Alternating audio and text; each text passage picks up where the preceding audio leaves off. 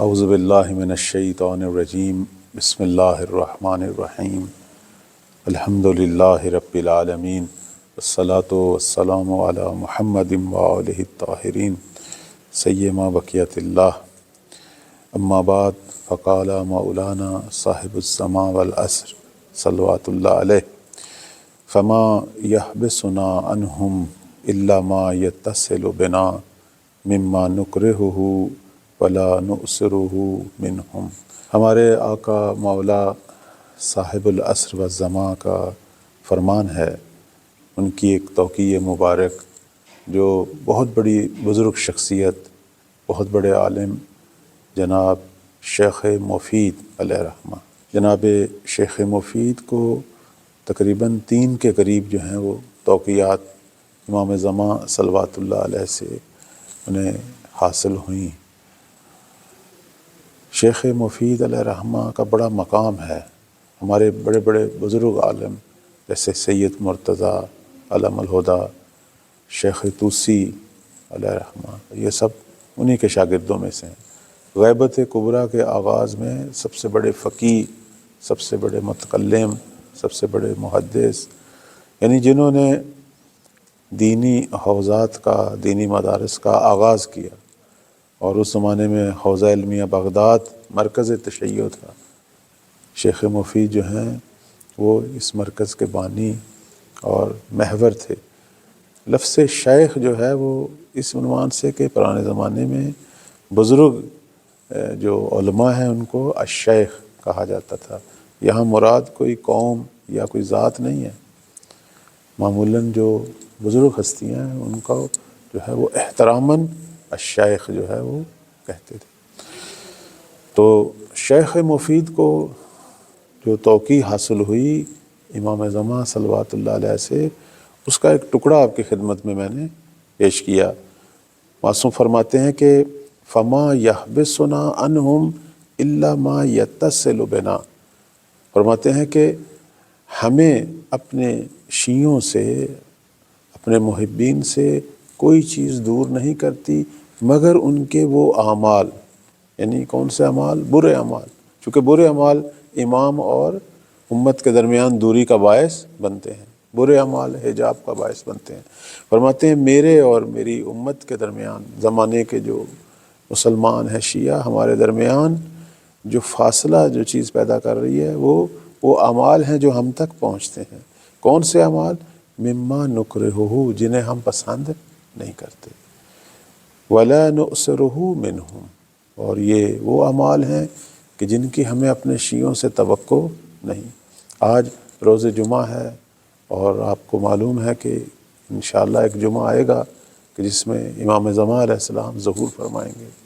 جمعہ جو ہے وہ روز ظہور امام زمان ہے، اور جمعہ کا دن ایک قسم کا ان دنوں میں سے ہے کہ جسے عید بھی کہا گیا ہے، روز استجابت بھی کہا گیا ہے۔ اللہ ہم سب کو وہ دن دکھائے کہ ہم مولا کا ظہور دیکھیں۔ لیکن نقطہ جو ہے یہاں سمجھنے والا ہے وہ یہ ہے کہ انسان بالآخر وہ اعمال کرے کہ ان مولا کا ظہور ہو، نہ کہ وہ اعمال کرے کہ جس سے انسان اور اس کے امام کے درمیان فاصلے بڑھیں۔ غیبت کے طلانی ہونے کی وجہ امت کے برے اعمال ہیں۔ غیبت کب ختم ہوگی؟ جب ہم جو ہیں وہ نیک اعمال کی طرف آئیں گے، جب ہم اہل تقویٰ ہوں گے۔ یہ جو 1192 سال ہو گئے اس وقت تک، امام صلوات اللہ علیہ کی ولادت کے بعد اب تک 1192 سال گزر گئے، تو اتنی لمبی مدت امام جو ہیں وہ ہمارے درمیان موجود ہیں، لیکن ظہور میں تاخیر ہو رہی ہے اور تاخیر ہو رہی ہے۔ لوگ علامات کو ڈھونڈ رہے ہیں، اصل میں ظہور ہم نے اپنے وجود میں ڈھونڈنا ہے کہ ہم کس حد تک جو ہیں وہ مولا کے لیے تیار ہوئے ہیں۔ دیکھیں، ایک علامات کی بحث ہے، ایک اسباب کی بحث ہے۔ عام طور پر لوگ پسند کرتے ہیں علامات کو سننا، حالانکہ علامت جو ہے وہ کاشف ہے، وہ ظاہر کرنے والی ہے ظہور کو، وہ وجہ ظہور نہیں ہے۔ وجہ ظہور ہماری تیاری ہے، ہماری آمادگی ہے، ہم کس حد تک جو ہیں وہ اپنے آپ کو جو ہے وہ مولا کے لیے تیار کر سکے ہیں، مولا کے لیے آمادہ ہوئے ہیں۔ تو سب سے پہلی جو چیز تیاری میں ہے وہ تقویٰ ہے، قرآن مجید کے اندر آغاز جو ہے سورہ فاتحہ کے بعد سورہ بقرہ سے ظاہر ہے قرآن مجید کا آغاز ہے پہلے سپارے میں، سورہ فاتحہ فاتحۃ الکتاب ہے، وہ پورا خلاصہ ہے قرآن کا۔ اس کے بعد سورہ بقرہ جو کہ آغاز کی صورتوں میں سے پہلی اور بڑی صورت ہے، اس میں آپ دیکھیں کہ اللہ تعالیٰ نے آغاز ہی اہل تقویٰ سے کیا ہے، واضح کر دیا کہ قرآن بھی اہل تقویٰ کے لیے ہدایت ہے، اور اہل تقویٰ ہی جو ہیں وہ غیب پر ایمان رکھتے ہیں۔ اہل تقویٰ کی خصوصیات جو ہیں اللہ نے بیان کی۔ تو اب یہاں جو ہے آپ کی خدمت میں عرض کریں، جو نقطہ ہے سمجھنے والا وہ یہ کہ متقی شخص جس طرح قرآن کے قریب ہے، اسی طرح متقی جو ہے وہ اپنے زمانے کے امام کے بھی قریب ہے، چونکہ امام اور قرآن آپس میں متصل ہیں، امام قرآن کے ساتھ قرآن، تو جس طرح قرآن سے ہم نے اگر کچھ لینا ہے تو اس کے لیے تقویٰ شرط ہے، امام سے بھی اگر کچھ لینا ہے تو اس کے لیے بھی تقویٰ شرط ہے۔ کہتے ہیں کہ تقویٰ امام سے اتصال کا باعث ہے، معصیت امام سے دوری کا باعث ہے۔ ہمارے گزشتہ انبیاء، ان کی آپ گفتگو میں دیکھیں، وہ بھی اسی چیز کی طرف زور دے رہے ہیں۔ یہ ایک حقیقت ہے، یہ رمز نجات ہے۔ لوگ کہتے ہیں سعادت کیسے پائیں، فلاح کیسے حاصل ہو، یہی ہے، اس کی کلید یہی ہے۔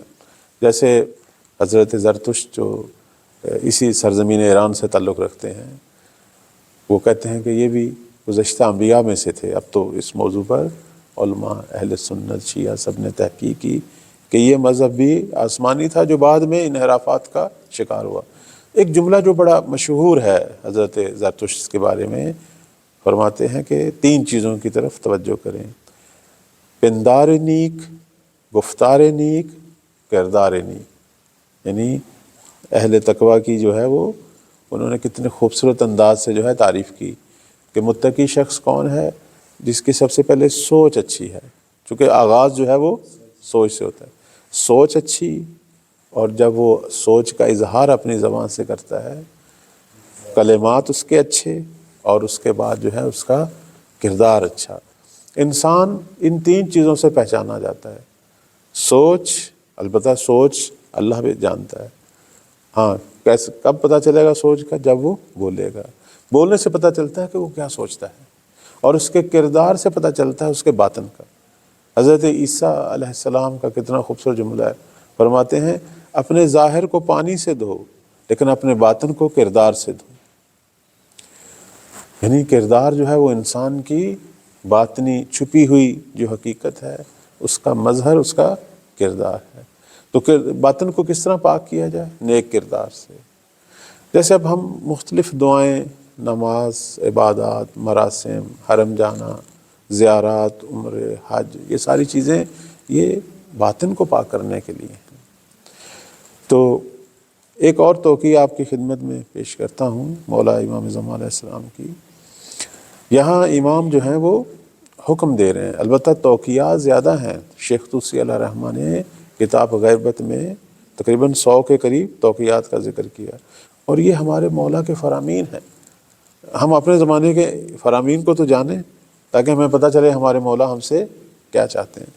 دیکھیں اب یہاں امام جو ہیں وہ حکم دے رہے ہیں شیخ مفید کو، جو کہ مرجع ہیں اس زمانے کے، کہہ رہے ہیں کہ لوگوں تک یہ میرا پیغام پہنچائیں کہ ہر شخص جو ہے ایسا عمل کرے کہ جس سے وہ ہماری محبت کے نزدیک ہو، اور اس چیز سے دوری کرے کہ جو ہمیں بری لگتی ہے۔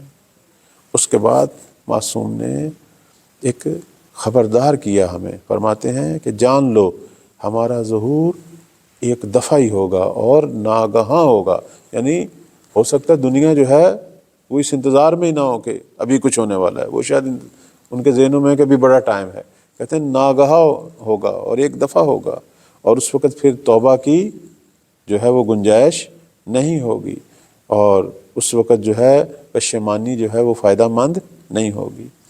اور اس کے بعد دعا فرماتے ہیں کہ اللہ تعالیٰ آپ لوگوں کو اپنے غیبی الہامات سے جو ہے وہ نصیحت کرے، اور آپ کی توفیقات جو ہے اس کی رحمت کے زیر سایہ جو ہیں وہ بڑھیں اور آپ کو عطا ہوں۔ اب اس توقیع کے اندر 2-3 نقطے ہیں۔ پہلا نقطہ یہ ہے کہ معصوم ہمیں فرما رہے ہیں کہ اگر ہماری محبت کے قریب ہونا ہے تو نیک اعمال کریں، اور اگر تم وہ اعمال کرو گے کہ جو ہمیں پسند نہیں ہیں تو پھر تم ہم سے دور ہو۔ کہتے ہیں کہ انسان جب گناہ کرتا ہے تو سب سے پہلے اس کا دل محبت اہل بیت سے خالی ہوتا ہے۔ گناہ انسان کو اس حد تک لے آتے ہیں، ہو سکتا ہے وہ ماں باپ کا مذہب ہے اس پہ باقی ہو کہ جی چونکہ اس گھر میں پیدا ہوا ہے، لیکن دل جو ہے وہ حب اہل بیت سے، ہو سکتا ہے وہ مجالس میں شرکت کرے، پروگراموں میں شرکت کرے، اس کی روٹین کا حصہ ہو، لیکن پھر وہ واقعاً محب نہیں ہے۔ پہلے مرحلے میں دل محبت سے خالی ہوگا، پھر اس کے بعد جو ہے جسمانی اور روحی طور پر بھی امام سے دور ہوگا۔ اب آپ دیکھتے نہیں ہیں کہ ہماری تاریخ میں کتنے ہی ایسے لوگ ہیں جو ایک زمانہ میں امام کی رکاب میں تھے، لیکن ایک دور ایسا آیا کہ وہ مد مقابل آ گئے، جس میں آپ بہت سارے ایسے لوگوں کو دیکھیں گے کہ جو جنگ صفین، جنگ جمل میں امیر المومنین صلوات اللہ علیہ کی رکاب میں تھے، ان کے ہمراہ دشمنان دین سے جنگ کر رہے تھے، لیکن انہی میں سے کچھ لوگ کربلا میں اپنے زمانے کے امام، انہی کے فرزند سید الشہداء امام حسین علیہ السلام کے قتل میں شریک ہوئے، اس ظلم میں شریک ہوئے۔ وجہ کیا تھی؟ گناہ۔ یعنی گناہ جو ہے وہ انسان کو اس حد تک لے آتے ہیں کہ وہ امام سے دور، حتیٰ امام کا دشمن بن جاتا ہے۔ اس لیے معصوم فرماتے ہیں کہ پہلا مرحلہ یہی ہے کہ اگر آپ چاہتے ہیں کہ آپ ہماری محبت کے قریب ہوں تو ایسے اعمال کریں جو ہمیں پسند ہیں، اور ان اعمال سے دوری کریں کہ جو ہمیں ناپسند ہو۔ یہ پہلی چیز ہے ایک امتی کے لیے، اگر وہ اپنے زمانے کے امام کے قرب اور ان کی بارگاہ میں آنا چاہتا ہے، پہلے مرحلے میں دیکھے کون سی چیزیں میرے مولا کو پسند ہیں۔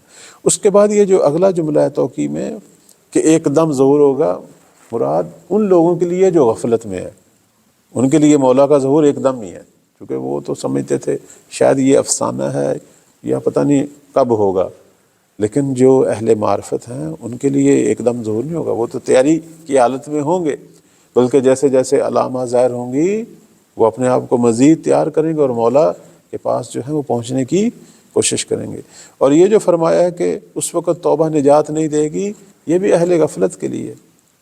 اہل غفلت جو ہیں یا جو معصیت کار ہیں وہ توبہ کی نعمت سے محروم ہو جاتے ہیں، نہ کہ وہ توبہ کریں اور قبول نہیں ہوتی۔ توبہ کا تو ٹائم انسان کے مرنے تک ہے، اس کی توفیق سے محروم ہو جاتے ہیں۔ جیسے آپ دیکھیں کربلا کے اندر لوگ دیکھ رہے تھے کہ ہم کس کو شہید کرنے کے لیے آئے ہیں، کس کو مارنے کے لیے آئے ہیں، دیکھ رہے تھے یہ بے گناہ ہے، یہ چھوٹے بچے، خواتین، یہ سب گھرانہ ہے پیغمبر اسلام کا، ان کا تو احترام واجب ہے، لیکن اس کے باوجود عجیب عجیب ظلم کیے، یعنی سب کچھ دیکھنے کے باوجود پشیمانی اور توبہ کی توفیق سے محروم تھے۔ پشیمانی اور توبہ کی توفیق یہ انسان کے قلب اور روح کے زندہ ہونے کی علامت ہے۔ اس لیے ہمارے بعض اہل معرفت کہتے ہیں اگر گناہ کے بعد توبہ کا خیال آتا ہے، استغفار کرتے ہو تو خدا کا شکر کرو، اللہ نے ابھی تمہارے اندر سے وجود کو زندہ رکھا ہے۔ اور اگر کوئی انسان گناہ کرے اور اسے کچھ پرواہ نہ ہو، یا وہ کہے کہ نہیں 4 دن کی زندگی ہے میں جیسے مرضی گزاروں، یا اسے خدا یاد نہیں ہے، موت یاد نہیں، آخر یاد نہیں، یہ بدبخت ہے، اسے اللہ تعالیٰ نے محروم کر دیا۔ یعنی کتنے اس نے گناہ کیے، پتہ نہیں کون کون سے گناہ کیے کہ خدا نے توفیق توبہ سے محروم کر دیا۔ نہ کہ اس کا مطلب ہے کہ اگر کوئی توبہ کرے تو قبول نہیں ہوگی، انسان تو جس وقت بھی توبہ کرے اللہ قبول کرتا ہے۔ امام وقت جو ہیں اس کی طرف نظر لطف رکھتے ہیں، لیکن اصل بات یہ نہیں ہے۔ اصل بات یہ ہے جس کی ایک میں مثال دیتا ہوں۔ انسان جب کوئی ایسا کام کرے کہ جس کی وجہ سے وہ بیمار ہونا شروع ہو گیا، تو اب آپ جانتے ہیں پہلے کچھ مرحلے تک جو ہے ٹائم ہوتا ہے، دوائی کھانے سے وہ ٹھیک ہو سکتا ہے۔ اچھا جب بیماری تھوڑی سی اور بڑھ جائے پھر بھی ٹائم ہوتا ہے کہ مثلا اگر زیادہ سخت قسم کا علاج ہو جس میں زیادہ پاور والی دوائیں یا بات جو ہے وہ آپریشن جراحی تک پہنچ جائے، پھر بھی اس کے ٹھیک ہونے کی گنجائش ہوتی ہے۔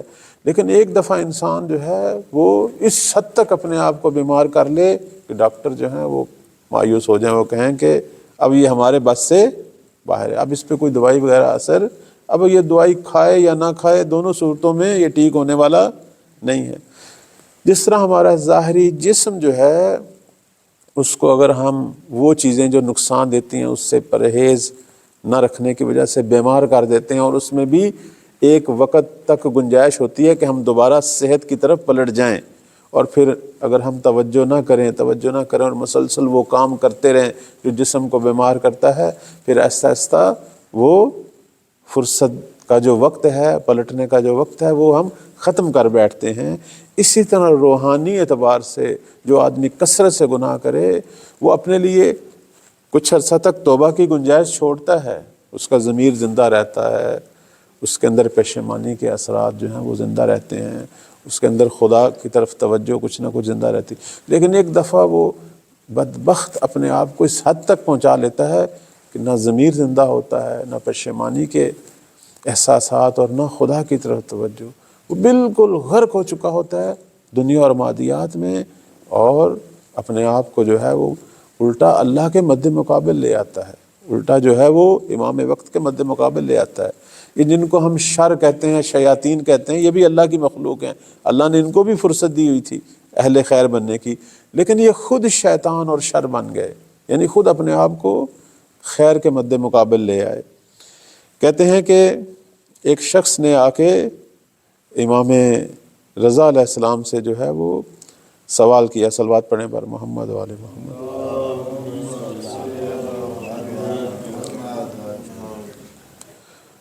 کہنے لگا کہ مولا آپ میرے لیے دعا کرتے ہیں؟ تو فرمایا کہ تمہارا اپنا کیا گمان ہے، آیا تم میرے بارے میں کیا گمان رکھتے ہو؟ اس نے کہا خیر کا گمان رکھتا ہوں۔ تو فرمایا کہ واضح سی بات ہے، میں کیوں نہ اپنے امت کے لیے، اپنے چاہنے والوں کے لیے دعا کروں۔ اس کے بعد مولا نے ایک نصیحت کی، فرمایا کہ اگر تم یہ جاننا چاہو کہ ہم ائمہ تم لوگوں سے کتنی محبت کرتے ہیں، تو اپنے دل کی طرف نگاہ دوڑاؤ، اپنے دل میں دیکھو کہ تم ہم سے کتنی محبت کرتے ہو، ہمارے بارے میں کتنا سوچتے ہو، کتنی ہماری توجہ حاصل کرنے کی کوشش کرتے ہو، اپنے اعمال سے، اپنے اخلاق سے، اپنے گفتار سے۔ تو جتنا تم ہمارے نزدیک ہوتے ہو، ہم بھی اتنا ہی تمہارے نزدیک ہوتے ہیں۔ جیسے کہتے ہیں اگر کسی نے یہ دیکھنا ہو کہ خدا میرے ساتھ کتنا ہے، تو اپنے اندر دیکھے کہ میں خدا کے ساتھ کتنا ہوں، جتنا میں خدا کے ساتھ ہوں، خدا بھی بلکہ اس سے بڑھ کر جب صبح اٹھتے ہیں ہم کس ارادے سے اپنے دن کا آغاز کرتے ہیں۔ کہتے ہیں کہ اپنے دن کا آغاز جو ہے وہ ذکر پروردگار سے کریں، اپنے دن کا آغاز جو ہے وہ اپنے زمانے کے امام کی بیعت سے کریں۔ بیعت یعنی مولا پورا دن آپ کی منشا کے مطابق گزاروں گا، ایسے کام کروں گا کہ آپ کا قلب جو ہے وہ مجھ سے راضی ہوگا۔ عبودیت کیا؟ یعنی پروردگار تیرا عبد بن کے رہوں گا، حلال و حرام کی پرواہ کروں گا۔ یہ ہے انسان کی اصلی زندگی۔ تو اس لیے آپ دیکھیں کہ بس اوقات ہم محروم جو ہوتے ہیں، وہ ساری چیزیں جو ہیں وہ ہمارے گناہ ہیں جو پردے اور حجاب بناتی ہیں۔ اگر ہم ان کو توڑنا شروع کر دیں توبہ سے، پشیمانی سے، اور نیک کاموں کے ساتھ ان کا جبران کرنا شروع کر دیں، تو کیوں نہیں، واپسی کی راہیں ہیں۔ پروردگار تو ہمیشہ جو ہے وہ اپنے بندوں کے لیے بلکہ منتظر ہے، پروردگار تو ہمیشہ اپنے بندوں کے لیے مشتاق ہے۔ وہ حدیث قدسی میں ایک جملہ ہے نا کہ اللہ تعالیٰ فرما رہا ہے کہ میرے عبد اگر تو اس چیز کو جان لے کہ میں کتنا اشتیاق رکھتا ہوں تیرے پلٹنے کا، تیرے اپنے پاس یعنی فکری، روحی، اعمال تمام تر اعتبار سے پلٹنے کا، کہ تو میرا دوبارہ عبد بن جا، اگر تو میرے اشتیاق کو جان لے تو شاید تو برداشت نہ کر سکے، اور اس میرے اشتیاق کو دیکھتے ہوئے شاید دنیا سے ہی چلا جائے۔ یعنی اس حد تک اللہ جو ہے وہ محبت رکھتا ہے اپنے بندوں سے، حتیٰ گناہ گار بندوں سے۔ تو پروردگار ہم سب کو توفیق دے کہ ہم جو ہیں اپنا ہر دن اس طرح گزاریں کہ زمانے کے امام کے نزدیک تر ہوں، اپنے رب کی عبودیت میں چند قدم آگے بڑھائیں، معصوم کا کتنا خوبصورت جملہ ہے، فرماتے ہیں کامیاب وہ ہے کہ جس کا آنے والا دن پچھلے دن سے بہتر ہو، نہ کہ مادی اعتبار سے بلکہ روحانی اعتبار سے۔ جیسے ہم مادی اعتبار سے بھی یہی سوچتے ہیں کہ ہمارا اگلا دن اگر پچھلے دن سے بہتر ہوگا تو ہماری زندگی کامیاب ہے، روحانی اعتبار سے بھی۔ اور اگر کسی کا دن، آج کا دن پچھلے دن کی مانند ہو تو وہ خسارے میں ہے، اور اگر اس سے بھی بدتر ہو تو وہ ہلاک ہے۔ جس طرح ہم مادی اعتبار سے ان چیزوں کو دیکھتے ہیں کہ کاروباری آدمی کو اگر آج بھی وہی پرافٹ ہو رہا ہو جو کل ہے، چیزیں تو مہنگی ہو رہی ہیں، تو وہ اپنے آپ کو جو ہے وہ منافع میں نہیں سمجھے گا، نقصان میں سمجھے گا۔ لیکن اگر اس کا پرافٹ کم ہوتا جائے تو سمجھو اس کا کاروبار تباہ ہو گیا۔ روحانی طور پر بھی ایسے ہیں، اگر ہمارے اعمال، نیک اعمال بڑھ رہے ہیں ہر دن اور ہم خالص تر ہو رہے ہیں، اپنے مولا کے قریب تر ہو رہے ہیں، اپنے رب کے قریب تر ہو رہے ہیں، پھر یہ کامیابی کا راستہ ہے۔ پھر الحمدللہ اس کو بقا دیں، اس کو استمرار دیں، اس کو مزید۔ لیکن اگر ہم جو ہیں پچھلے دن کی مانند تھے تو اس کا مطلب آج میں نے کوئی ترقی، حالانکہ اللہ نے مجھے اتنی نعمات دے رہا ہے، اتنی زندگی کے لمحات بڑھا رہا ہے میرے لیے، پر میں ترقی نہیں کر رہا۔ اور لیکن اگر اس سے بدتر ہو رہا ہوں، گناہ میرے بڑھ رہے ہیں، تو پھر گویا اپنے آپ کو خود ہلاک کر رہا ہوں۔ کہتے ہیں اللہ جہنم میں نہیں ڈالتا، انسان خود اپنے آپ کو جہنم میں ڈالتا ہے۔ وہ تو خدا تو ارحم الراحمین ہے۔ جیسے انسان خود اپنے آپ کو بیماریوں میں ڈالتا ہے، خدا نے تو نہیں کہا کہ تم بیمار ہو جاؤ اپنی پرہیز نہ کرنے کی وجہ سے یا ایسی چیزوں کے استعمال سے جو اس کو نقصان دیں، جیسے وہ خود جسمانی طور پر اپنے آپ کو بیماریوں میں ڈالتا ہے، تو کردار اور روحی اور باطنی طور پر بھی خود اپنے آپ کو جہنم کے سپرد کرتا ہے۔ تو آج روز جمعہ ہے، روز استجابت ہے، روز توسل ہے، اپنے مولا سے توسل کرتے ہیں کہ مولا ہمیں توفیق ہو اللہ تعالیٰ سے کہ ہمارا ہر دن پہلے دن سے بہتر ہو، اور ہم عبودیت میں بھی ترقی کریں، کمال پیدا کریں، اور اپنے مولا کی اطاعت میں بھی انشاءاللہ جو ہے وہ ترقی اور کمال پیدا کریں، مولا کے مخلص ترین سرباز بنیں، خدمت گزار بنیں، اور ان لوگوں میں سے قرار پائیں کہ جن کی طرف امام وقت اگر نگاہ فرمائیں تو ان کا قلب مبارک جو ہے وہ مسرور ہو۔ پروردگار ہم سب کو امام زمان کے خدمت گزاروں میں سے قرار دے، الہی آمین۔ انشاءاللہ ہمارا یہ پروگرام قبول ہو، مولا کی نظر لطف جو ہے وہ ہمارے شامل حال ہو انشاءاللہ۔ پروردگار بحق محمد و آل محمد ہمارے مرحومین کے درجات بلند فرما۔